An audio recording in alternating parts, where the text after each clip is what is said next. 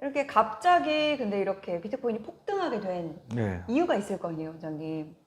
이유가 있겠죠? 그 네. 당연히 있죠. 이유가 있죠. 비트코인이 폭등화된 가장 큰 이유는 사실은 그 비트코인을 기초물로 하는 ETF가 상장했어요. 네. ETF가 상장하니까 그 ETF를 상장한 투자자산 운용사들이 비트코인을 일정 수준 보유를 해야지 그 가치를 추정할 수 있거든요. 뭐 그런 것 때문에 제도권 내에서 투자자산 운용사들이 뉴욕 증시에 상장된 ETF를 만들고 ETF를 만드니까 이 투자자산 운용사들은 그에 해당되는 금액만큼 비트코인을 보유해야 되니까 대량 매수세가 들어오면서 코인 가격이 굉장히 많이 비트코인 가격이 많이 올랐던 것 같아요. 예. 그러면 이제 많은 코인들이 있는데요. 네.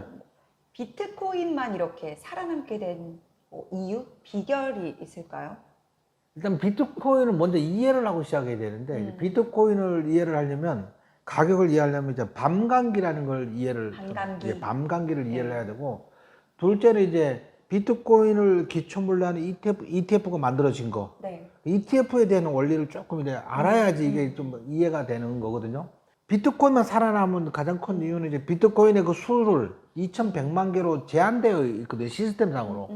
이제 그게 아직까지 살아남은 그 가장 큰 이유 중에 하나가 될 것 같고요. 근데 비트코인이 처음 나온 2009년에는 20분마다 이제 블록을 한 개 쌓으면 50개의 코인을 받을 수 있어서 누구나 쉽게 비트코인을 좀 채굴할 수 있었나 봐요. 근데 이제 2012년, 2016년 세 차례 반감기를 거치면서 지금 채굴 보상이 처음에는 50개에서 2012년 반감기에는 25개, 2016년 반감기에는 12.5개, 2020년 반감기에 또 6.25개, 그 다음에 이번 2024년 반감기에는 3.25개, 뭐 이렇게 될 것 같거든요. 채굴됐을 때 비트코인을 조금밖에 안 준다는 거야. 시중에 비트코인 공급량이 쑥쑥쑥 줄어드는 거잖아요.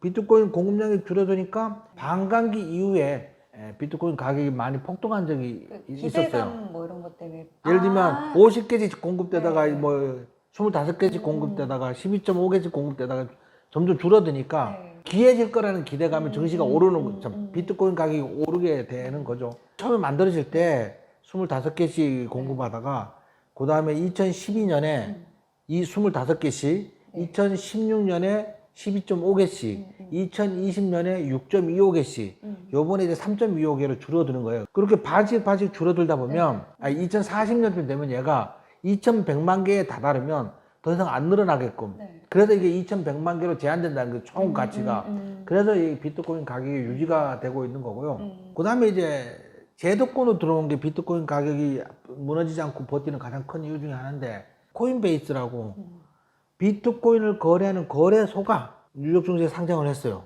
비트코인 자체는 이제 화폐로서 가치가 없다고 말하는 사람들이 굉장히 많으니까.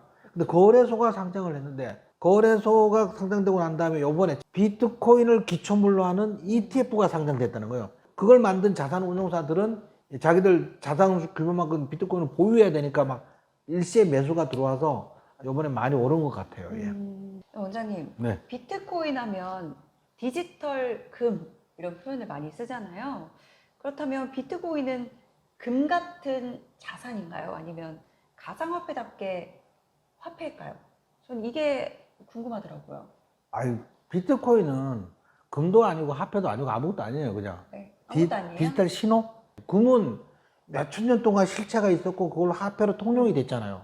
누구나 다 금은 가치가 있다는 걸 알고 인정해주는 그런 거였고 그러고 이제 우리가 화폐는 지폐가 이런 게 있잖아요. 그죠? 근데 디지털 화폐는 이 신호 외에는 아무것도 없어요. 얘가 눈에 보이지도 않아. 화폐로서 가치가 가지려면 대다수의 사람들이 이걸 가치를 부여하고 인정하고 그거를 화폐로 통용을 해야 되는데 암호화폐는 대다수 사람이 인정하지 않고 일부만 인정하고 있는 거죠. 그러니까 이제 화폐로서 가치가 없고 그 다음에 똑같이 화폐로서 가치가 있으려면 얘가 가격이 일정하게 유지가 돼야 돼. 얘는 뭐 30몇 배 올랐다가 90% 떨어졌다가 막 이러고 있잖아요. 그쵸. 이 자체가 화폐로서 가치가 없다는 뜻이야. 화폐로서 가치가 있으면 그렇게 움직이지 않죠. 비트코인도 디지털 화폐라고 하고 각국 정부에서 디지털 화폐를 발행한다고 하거든요. 똑같이 블록체인을 근간으로 해서 화폐를 유통시키는 건데 디지털 신호로 하는 건데 정부에서 발행하는 디지털 화폐는 중앙으로 해서 그 가치를 인정해 주는 거야. 누가 그 디지털 화폐를 내면 돈을 내줄 수 있는 거니까. 근데 비트코인을 이거 누가 돈으로 내준다는 사람 아무도 없어요. 비트코인 투자자들끼리 치고받고 박 터지고 자기들끼리 막 넘기고 받고 하는 거야. 비트코인이 정말 진정한 의미의 화폐로서 인정을 받으려면 시간이 좀 많이 지나고 변동성이 줄어들어야 돼. 네. 많은 사람이 일확천금을 꿈꾸면서 비트코인에 뭐 올인한다 이 자체가 화폐로서 가치가 없다는 의미야. 화폐로서 가치가 있으면 그럴 리가 없으니까 그럴 필요가 없는 거죠. 네. 뭐 되게 그래서 위험하네요. 그 위험하죠. 비트코인이 지금은 네. 7만 달러 오늘 넘어가고 막 있는데 지금은 어느 순간 또 2만 달러, 3만 달러 갈 수 있어. 위험합니다. 그래서 많은 시간이 필요하다. 이렇게 생각합니다, 저는 이제. 네. 이 영상을 보시고 막 열받으신 분 댓글 달아도 환영합니다. 댓글 환영. 악성 댓글 환영. 비트코인에 대해서. 약속. 아이, 욕하고 그런 건 지워야지. 사실이나 팩트를 얘기하지 않고 막 처음부터까지 욕만 하는 사람도 있어. 그런 건 지워야지.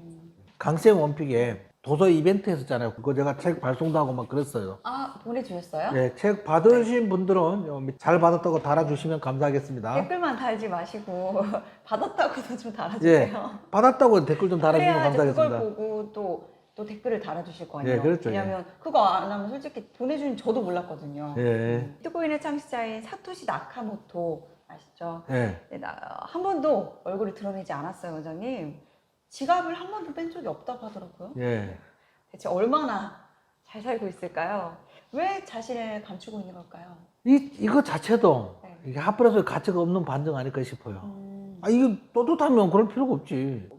정말 기존의 중앙화폐를 대체할 새로운 신개념의 화폐를 만들었다 그러면 노벨 평화상감일 수 있는. 창시자인데. 그러니까. 그러니까 본인도 자신이 없었던 것 같고요. 어쨌든 그걸 또 자세히 들여다보면 이게 처음 생긴 배경이 2007년 세계 금융위기가 몰아칠 때였는데 네. 2008년에 논문이 하나 나왔어. 논문 제목이 뭐 비트코인 그래가지고 피어 투 피어 일렉트로닉 캐시 시스템 개인 간의 전자화폐 시스템이라는 그 논문이 나왔는데 사실 이 비트코인의 이 개념은 1980년 정도에 나왔어요. 사실은요. 뭐 제안한 사람이 있어. 몇 명 사람이 디지털 화폐에 대해서. 네. 그게 이제 구체화된 게 얘야 이게.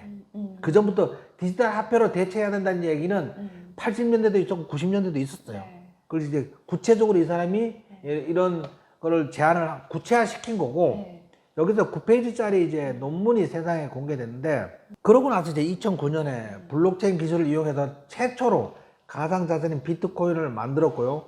당시 세계 금융위기가 터지니까 네. 나카모토 사토시는 이제 중앙 집권화된 금융 시스템이 위험하다. 위험하니까 중앙화된 기관에 의존하지 않는 P2P, 개인 대 개인, 개인 대 개인의 그 디지털 캐시를 만들어야 된다. 암호학적인 메커니즘을 이제 작업 증명을 위한 블록체인을 제안했고, 네. 이후에 이제 2009년 첫 번째 비트코인 블록이 채굴된 직후에 나카모토 사토시는 이런 말을 했어요. 전통적인 화폐의 근본적인 문제는 신뢰로 기반으로 하는 건데, 그 중앙은행이 화폐의 가치를 함부로 훼손하지 않으리라는 신뢰가 있어야 하는데 법정화폐의 역사를 보면 아니라는 거지. 그 신뢰가 무너진 경우가 너무 많다는 거야. 증시가 뭐 예를 들어 블랙 먼데이 때 폭락을 했든지 뭐 요번에 세계 이 금융위기 때 폭락을 했든지 이런 화폐로서의 신뢰를 폭락한 게 너무 많으니까 그래서 이걸 대체할 법정화폐의 신뢰를 부정해서 만든 비트코인이 이거 대체할 비트코인을 만들었다고 하는데 웃기는 거는 법정화폐 그 신뢰를 부정해서 만든 비트코인인데 그동안 폭락과 폭등을 너무 많이 했어. 이게 말이 넌센스야. 말이 안 돼 자체가. 말 자체가 안 돼 얘가 지금. 아니 법정화폐 폭락하는 것을 신뢰할 수 없다 해서 만든 게 비트코인인데 비트코인이 폭등과 폭락을 반복하고 있어. 이 자체가 지금. 근데 그것까지 예기치 못한 거 아닐까요?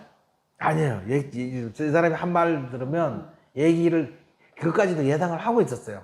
어쨌든 이 사람은 여러 사람이 이 비트코인을 급등급 급락을 하니까 여러 사람 자살도 하고 막 그랬잖아요. 네, 그렇죠. 그러니까 여러 사람 죽이고 살리고 했으니까 사실은 사기꾼에 가깝죠, 이 사람은.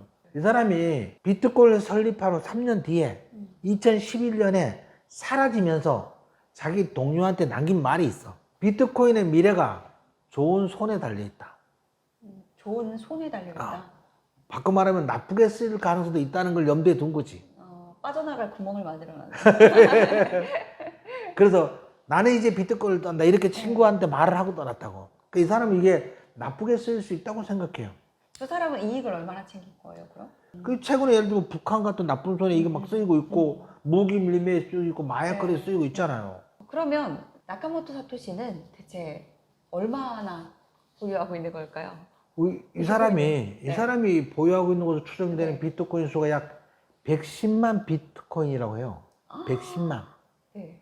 그렇게 많은 편은 아니에요. 이게 뭐 최대 많은 건 아닌데 어쨌든 네, 네. 110만 비트코인인데 110만을 지금 7만 달러거든요. 음. 7만 달러를 곱해. 음. 그러면 얘가 770억 달러야. 그걸 하나로 하면 약 103조 원 정도 돼. 조야. 130조. 잘 먹고 잘 살고 있겠네 어딘가에. 그러니까요. 근데 한 번도 뺀 적이 없다면서요. 네. 근데 그게 어쨌든 지갑에서 빼서 현금화를 시켜야 그게 재산이 되는 그렇죠. 거잖아요. 예. 그러면 혹시 뭐 암살당했거나. 아니 이제 비트코인을 팔아서 이제 네. 그걸로 뭐 소량으로 팔아서 먹고 살아도 될 것 같긴 해요. 뭐 하나 팔면 1억인데 110만 개인데. 좋겠다. 그런데 매년 네. 이제 내가 나카모토 사토시라고 주장하는 사람들이 매년 새로 나오고 있다고 하는데요. 네. 뭐 확실하게 확인된 바는 없어요. 이제 음. 호주 사람이 클레이그 라이트와 파키스탄 출신으로 영국에 거주하고 있는 컴퓨터 과학자인 제임스 뭐 비랄 뭐 카달라 칸 이런 사람들이 내가 나카모토 사토시야 뭐 이렇게 주장을 하고 있는 사람들은 가끔 나오고 있다고 합니다. 네, 맞아. 그래서 그 뭐 구글이나 네이버에다 검색하면 막 그 국적별로 얼굴이 이렇게 나오더라고요. 그럼 그 사람은 그걸 인정해야지. 110만 비트코인을 그 계좌를 까야지. 그렇죠. 계좌 인증해야죠. 계좌를 아까 모르지 뭐 인정 못 하는 거지. 진짜 제가 저 사람이라면 네. 저도 숨어 있을 것 같아요. 뭐 그럴 수도 있겠죠. 네. 예. 네, 지금 이때까지 안 나타났다면. 예. 네.